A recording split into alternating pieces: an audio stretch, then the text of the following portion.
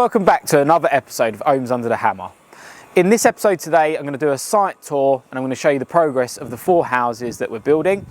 If you missed the previous videos, we've recorded 4 videos prior to this showing the demolition when we first purchased this 14 garage site, and then we did a video all about the foundations, and the final video, which I'll put a link to, is where we went to Target Timber in Wales and recorded the making of the timber frame that these houses have been constructed from.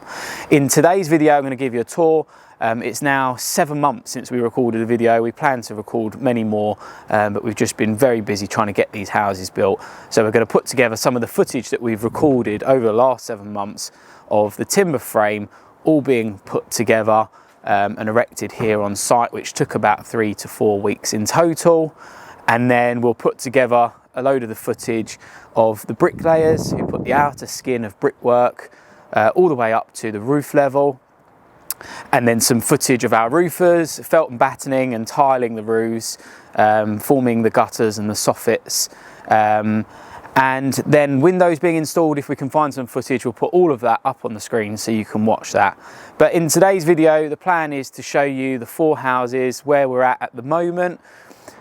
We're circa 3 months away from the first house being ready to show as a show home, and the other 3 houses will follow shortly after that. But what I'm planning to do is take you in the least progressed house and then move to each of the other houses and show you how we're progressing. So behind me, you've got the 4 houses here. The far right hand house is the most progressed, and on the left hand side is the least progressed. And what I'll try to do is talk through some of the complexities and some of the hurdles that we've had to overcome, some of the sort of challenges along the way, or anything that I think might be interesting to the viewers. If this is your first time here and you've just found my channel, I'd really appreciate if you could like the video, comment any questions that you've got, and subscribe if you're not, for future videos to come. Let's go and have a look.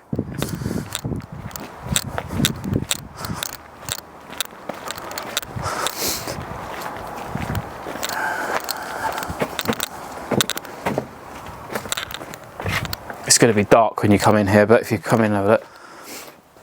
So as I said, this is the least progressed of the 4 houses. I mean, there's still progression in these four houses. There's still progression in this last one, but just nowhere near as the first house that we'll show you. So what we've done in here, we have run the first fix electrics. So you can see there's cabling everywhere. We've got our insulation. We're using that room as just storage at the moment. We've got lots of plasterboard and stuff being stored, but yeah, you've got first fix electrics done. When we ordered the timber frame houses, they didn't come with staircases, so we had to install our own staircases. We used an online company and we bought the staircases and then we fitted them ourselves. So if I just show you, they were a bit of a pain to fit, but got a very it's health and safety, that is that. They're a bit of a pain to fit, but we've got a really good carpenter who does loft conversions day in, day out, and he really knew how to do them, so he took over. But if I take you up, you can have a look. So this is the first floor of the end house. Both staircases from ground floor up to first floor and from first floor up to second floor have been installed, apart from the spindles, which we'll do a little bit later on. On the external wall over there, you can see that we've got blue plasterboard on the wall. And one of the things that has been a bit of a challenge, but nowhere near as much of a challenge as some of our previous HMO projects, is the soundproofing requirements on these houses. So I've done some videos on soundproofing in the past, but luckily we've just had to use, in certain areas, 2 layers of staggered soundboard, blue plasterboard, mainly on the party walls, so the walls in between the houses. And then on the external perimeter, we've had to use a single layer of blue plasterboard.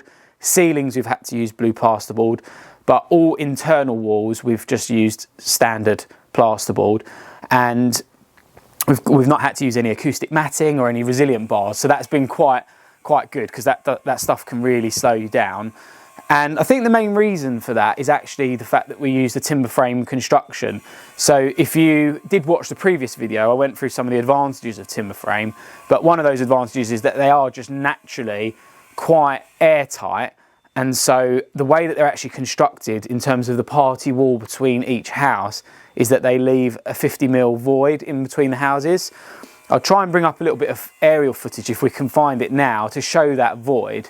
But even on the top of these houses, there's steel ridges that take the load on the top of the top level. There's actually a 50mm gap in between each of the houses where you'll see a red fire sock.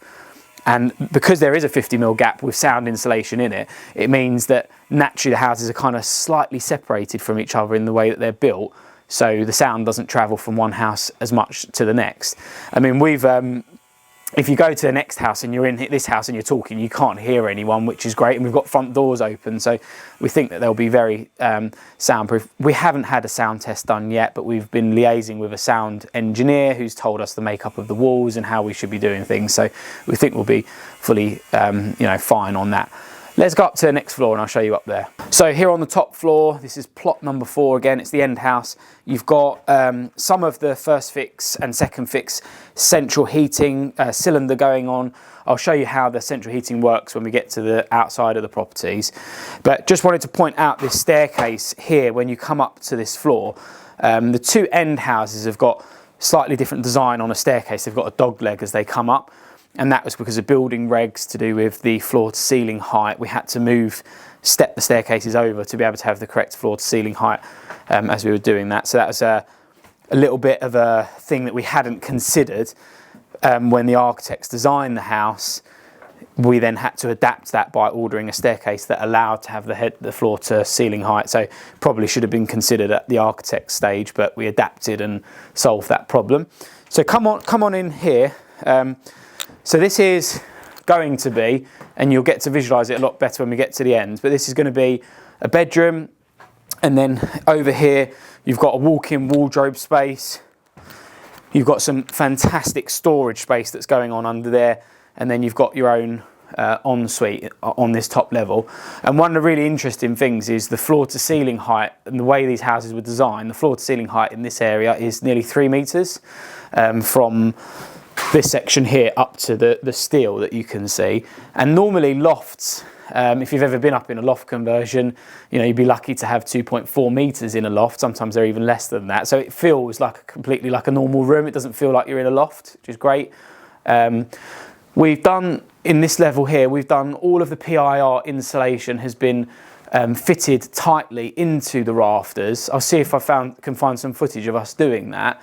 And we've taped up everywhere that needs to be taped because there are certain requirements when doing new build to pass air tightness tests, and there's a lot of considerations around that. So some of that is to do with getting the air tightness and also getting the right thermal efficiency from installing the insulation in the correct way. You'll see lots of renovations or perhaps even some new builds where insulation is just falling out of the rafters and it's not been fitted tightly. Some people use a piece of material called Gapo tape, but it's very expensive and we didn't really have that in our budget. So we've done our best to stay away from using foam everywhere. Sometimes you see people fitting the insulation, they've just foamed the whole thing all around, and it's not really that efficient when you do it that way.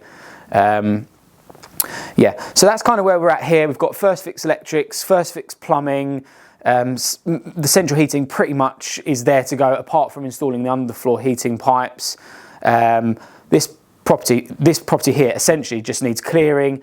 It needs fully plasterboarding, and then it'd be ready to be plastered.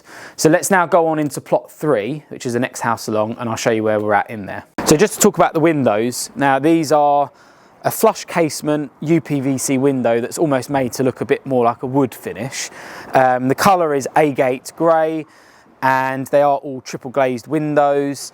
They've been fitted in the right way that new build windows should be fitted, with something called a compraband all the way around, so they're fit really tight. You can see we've put a bead all the way around. They've got the trickle vents on them, Fenser certificates, you name it. It's all been done properly as per new build windows should be fitted. What we've also done is ordered the front doors in the same colour. Now the front doors are aluminium. So they're a slightly different finish, but they're also in agate grey. You can't see them because we've covered them up with Cortex.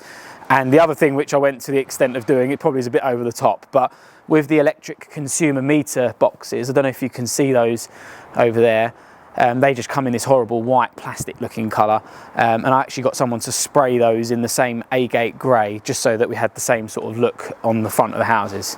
So this is plot number 2, and this house is slightly bit more progressed with the plasterboarding. Let me show you. You can see on this wall you've got blue soundboard. There's 2 layers on this wall, as I said, and all the right acoustic sealant wherever the gaps are. Come through here as well. We've got a smaller area to work with. The 2 end properties have got larger top floor sections where we're putting our cylinders. This one's a little bit tighter, but it still works. You've got an underfloor heating manifold going on the wall, and then a cylinder will sit in the middle there to provide all the hot water. So yeah, this is again that bedroom I just showed you, the top floor bedroom, and yeah, we've pretty much finished the plasterboard in here.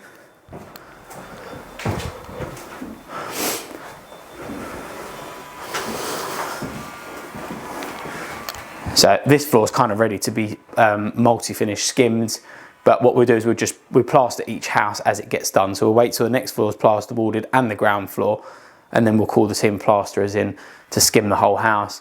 And we just let that plastering take place independently of anything else. So we don't like to just have all different trades all in one property at the same time, jumping over each other. So they get a finished house that's tidy and clean inside. They can come in and skim, and then they hand it back to us in the same condition with all the floors scraped and nice and cleaned, rather than you know, loads of people working on top of each other, which is a bit of a pain. Little bit of green plasterboard, as you'd expect, which is moisture board for bathrooms. Yeah. Right, let's head into plot number 2, which has now been plastered, so you'll get to see that. Boys, lunchtime. Tools down, please. Thank you. Right, so this is plot number 2. Come on inside.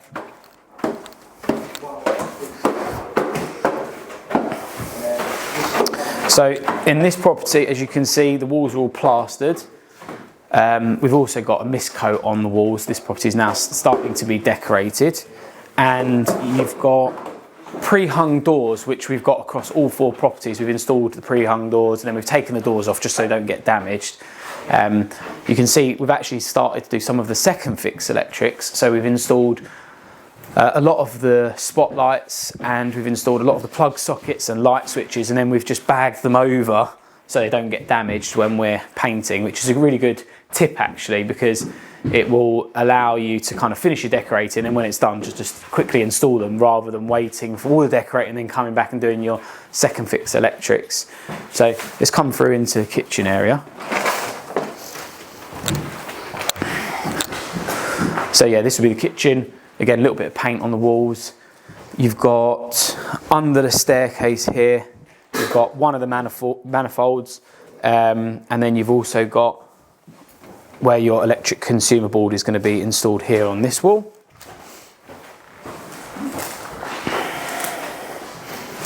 Yeah. Let's go up to the next floor.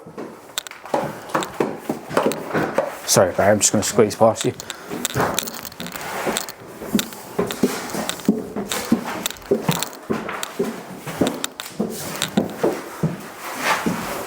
Looks like we're having a big old tidy up in this one, which is great to come through. So you've got 3 bedrooms on this floor, and then you've got another bedroom on the top floor. So they're 4-bedroom terraced houses with a kitchen and a living room on the ground floor. So you can have a look at some of the rooms. Yeah.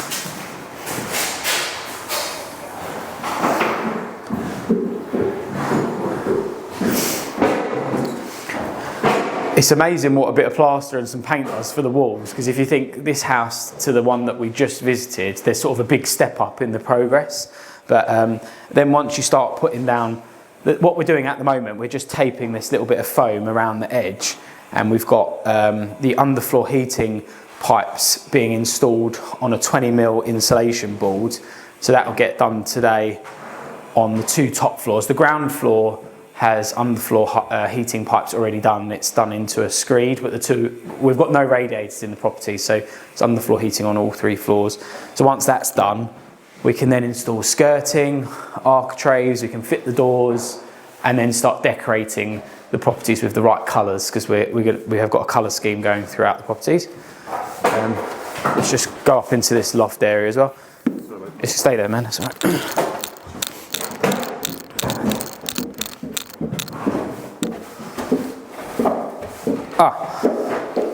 Yeah, here we go.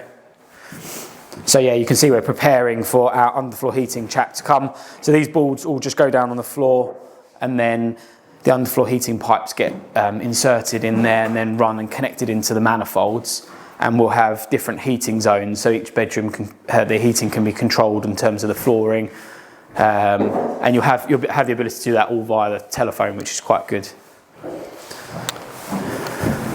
So yeah, walk-in wardrobe and another bathroom. So that's plot 3. Quite happy with the progress in this one. I feel like this will move forward quite quickly now. Let's pop over into the first property, which is our show home, which is the most progressed, and I'll show you how we're getting on in there.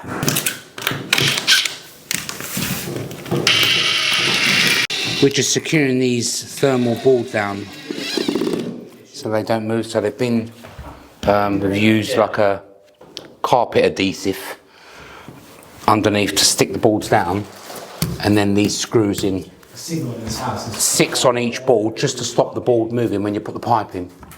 Yeah, that's about it really. So my sort of plan is to have the agent I'm going to use to sell these properties has basically said springtime is the best time to launch new houses for sale. So my plan is currently, to put a date stamp on this video, is currently beginning of Feb 2025.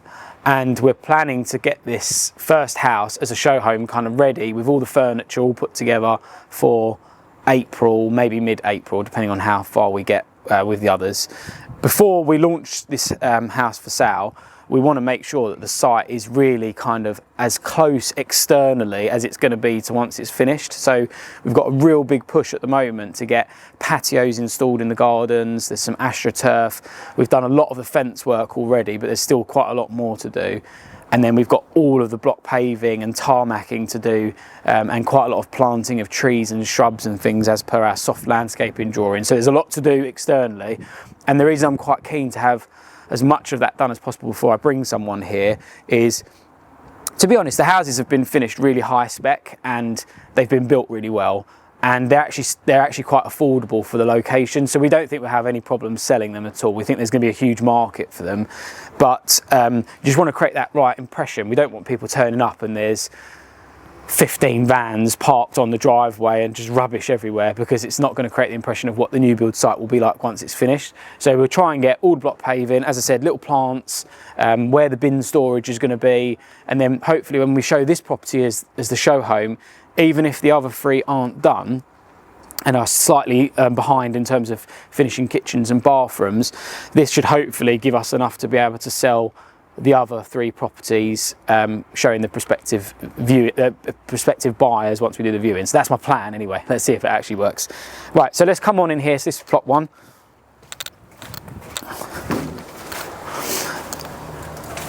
And that's my mum. You've always got a rope in the family members, haven't you? Right, so this is the front room. So in terms of paint, so in this property we're much more progressed. We've got bathrooms almost done. There's certainly top floor bathrooms pretty much done. First floor bathroom, a bit more work to do. Ground floor we're still working on, but their tiling is pretty much done. We've got doors hung, we've got skirting, architraves in, we've got the spindles fitted on the staircase, so we're a lot more progressed. And in terms of paint work, we've essentially gone for various different Farrow & Ball colours, but we've had it mixed up in a cheaper brand. So because we just couldn't afford Farrow & Ball. Sorry about that. If you're watching this, Farrow & Ball, maybe you might want to sponsor us and give us some free paint on another site, but we couldn't afford you. So we've had it mixed up, but you'll see from the colours that they look really nice. This is essentially a ground floor, small, not very big, a small front room. So we're going to dress this room with a small little sofa, coffee table and that sort of stuff in here to make it look nice. We're just about to try and order some blinds, curtains as well for this property, because we do want to just finish it as much as we can, so when people walk in it'll pretty much be dressed to a level that someone could actually live in here, so with all the beds dressed and all that sort of stuff. So just take you through.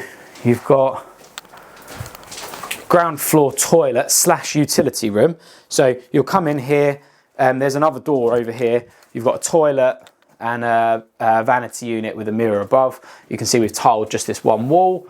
The rest is going to be painted. And then once you come into here, this is quite a small little space here, but that's going to have a washing machine and a dryer on a stack there essentially, and have a door so it's not in the toilet. We did that because this was quite a long downstairs toilet and it just had some kind of wasted space. And for anyone who knows, when you fit kitchens, wherever possible, you kind of want to get your washing machine and dryer out of the kitchen because it just takes up a lot of space in the kitchen. So yeah, that's kind of like the utility room down there. And then in through here into the kitchen, which has turned up on site. Unfortunately, I don't think I've actually ever ordered a kitchen where everything has come and delivered to site as it should be. And I specifically on this site, rather than ordering all 4 kitchens in one go, I just said, I'll get the quote sorted for all 4 and then I'll pay for one and it can come to site and I'll check to make sure, and I'll do it as a dummy test run for the next 3. And I honestly, I just knew stuff was going to be missing because they just never send everything together. Don't know how many kitchens we've ordered over the years, but it just happens every single time. So we've been running around chasing carcasses and end panels and bits and pieces that are not here, which has stopped us from fitting the kitchen. It's a bit of a pain. But if I just talk you through how this kitchen will look, you've got an island in the middle which will have solid quartz worktops. You've got a full run over here of nearly floor to ceiling units that will come. There's one more unit going in there which is missing. You'll have your ovens in there, fridge, freezer, and then a corner unit which is not that accessible. Sorry, just shut that. So over here on this side, you've got all your low level units, which will include a dishwasher, a bin unit, a sink, and then again you'll have a solid quartz worktop going across there. And then we've actually got a load of hung units above. I don't know if you can see here on the plan, that's roughly what it's going to sort of look like, but with a white worktop instead. So yeah, it's pretty decent size kitchen area, dining area. You've got 3 sliding doors that can open out onto the garden. And then over here in this section, we're going to dress it with like a dining room table and some chairs around there. There'll be some bar stools, there'll be some pendants. So we'll try and make it as nice as we can. Let me take you into the garden briefly, just before we go up to the next floor. Just because there's been huge amounts of work in the garden to actually get it to this stage. So as I said, this all needs cleaning and everything, but you've got 3 sliding doors there. You'll step out into your garden. What we're doing at the moment out here is we're trying to finish the tiered gardens. And if you've watched any of my previous videos, you'll know that I've always talked about these gardens as kind of being the worst bit about the houses, because I think internally the layout's fantastic, I think the location's fantastic, and I think they'll be quite affordable for the area, but the gardens are limited in terms of space. We've got these 2 tiered gardens. We had to dig out this huge amount of earth to create the gardens, but you've got you have a sort of a staircase going up, which we're fitting with some porcelain bull-nosed steps, and then up on the top of the tier up there you've got a piece of astroturf. There'll be some fencing going across the front, and we've fitted this slatted garden fencing. There is also at the very back of the garden an area which we fit a new fence. You'll have all the slatted fencing on this wall as well, all the way along, and then over there'll be a fence that separates each of the properties. So you can see our landscapers are here working on the steps there at the moment, and this will have a patio down on it as well. So if you just have a look up here while we're outside, you'll see we've also installed our air source heat pumps, Valiant air source heat pumps. They're installed externally on the back of the properties. So the main reason we fitted the air source heat pumps on the back of the house was really for space saving. So rather than having them mounted onto one of the garden walls or the back of the house and taking up quite a lot of space, and then also these air source heat pumps, they because of the way that they're working, they actually fire out some quite cold air from them. So if you're sat out in the garden and you've got these air source heat pumps blowing freezing cold air on you all the time, it might be a bit annoying. So we just sort of decided, well, look, there's a bit of space there on the back of the house. They're not the most attractive things ever, but it was a bit of a compromise on where to put them and how to do it. And so we decided to put them on the back of the house, and I think they work quite well. Yeah, in terms of why we fitted air source heat pumps, well, new builds, you're trying to make these things as eco-friendly as possible. There's a bit of a push in the UK to stop installing gas condensing boilers, so we've embraced that and put these in which are more eco-friendly. They cost more to install, but it did mean we didn't have to bring any gas to this site, so we've got electric only, which was a reduction in the cost of actually bringing a new gas line in here. Right, let's go on inside up to the second floor and the third floor of this property, and then I'll show you how we're getting on. So this is second floor, plot 1. As you can see, we've got different colour paints on the walls.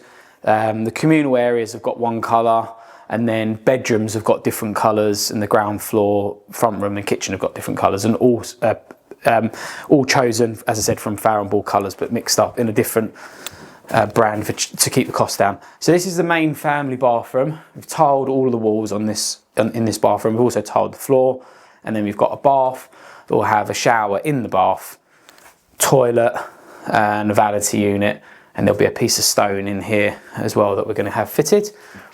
Coming back this way, you've got staircase now has got all the spindles fitted. You can see all our pre-hung doors have been installed, which took quite a long time to come to site because they are made in a factory and they're hung with the hinges. You don't hang them, they come on the frames and you literally just install them, which is quite a big time saving, but at quite a significant increase in cost. But the reason we had to do that, it's the first time we've actually done this. Normally we make the fire, certainly for fire doors or any doors, we normally install them on site and hang them, you know, create the hinges and everything else. But this was a requirement for new build, that they wanted to have all of the doors needed to be certified with, you know, minimal tolerances in terms of gaps around the doors and the hinges and all that sort of stuff. So it was a requirement to do that. But definitely would do it again because it was a huge time saving. And if you think, each house has probably got 10 doors, so the carpenter that would have had to fit 40 odd doors, especially as a load of them are fire doors and very heavy, probably would have been you know, pulling his hair out doing that. So yeah, so you've got a very large bedroom there, you've got another bedroom here, and it'd be good to show you on the next video, once this house is done, how we dress the rooms. So as I said, we're going to put beds, bedside tables, wardrobes. One of the rooms we're dressing as like a little office. The other room we're dressing as a kid's bedroom with some like a little TP and some kids' toys and stuff like that, just so that when the buyers potentially come to the house, they can kind of visualise the property being a home rather than just this bog standard cheap new build that's kind of got all white walls and, you know, they can't see themselves living in it. And I took that from a friend actually who's a much bigger developer than I am, maybe does 50, 60 houses minimum every year and has his own staging team and they stage all the property. So, and he said it's a real game changer to do that in terms of your ability to sell them quickly. So this is the smallest bedroom, which is a slightly different colour, but very nice. You can see skirting's all installed, window balls are installed, just need to get carpet down. And actually the decorating's almost there. This just needs one more coat, and then I'm not installing the carpet just yet because I need to do my sound test first. And for anyone who knows, when you do a sound test, you're not allowed to have carpet down. So I'm going to do the sound test, make sure it passes, and then install the carpet. Let's go on up to the third floor then, which is the last bit, and I'll show you how we're getting on. So this is the landing area of the show home, right at the top. If you remember from plot 4, we've got this dogleg staircase, but it's actually quite nice because it creates quite a lot of space up here, and it means that the where the cylinders, this bit's not finished, but where the cylinders and the manifolds are on this floor, you get a little bit more space in here. So in this property, we've got all of the flooring fitted on the ground floor, which is a laminate flooring, and then we've got the underfloor heating already installed on all 3 floors with a latex screed poured over the top of the second and third floor, just ready for carpet to go down essentially. So it is much more progressed. I think once the kitchen's installed and we finish up the decorating, a little bit more work in terms of the bathrooms, this property could theoretically be ready to start putting carpet down and dressing the rooms in about a month's time, which is quite exciting actually, given how long we've been here on this project. Thermostats, so all the underfloor heating is controlled via thermostats, and you've got one of those in every area, so they can control them via there manually if they want to, or they can go on their phone and say, set the bedroom to that temperature for when they come home. This area here, we are going to bespoke fit some wardrobes.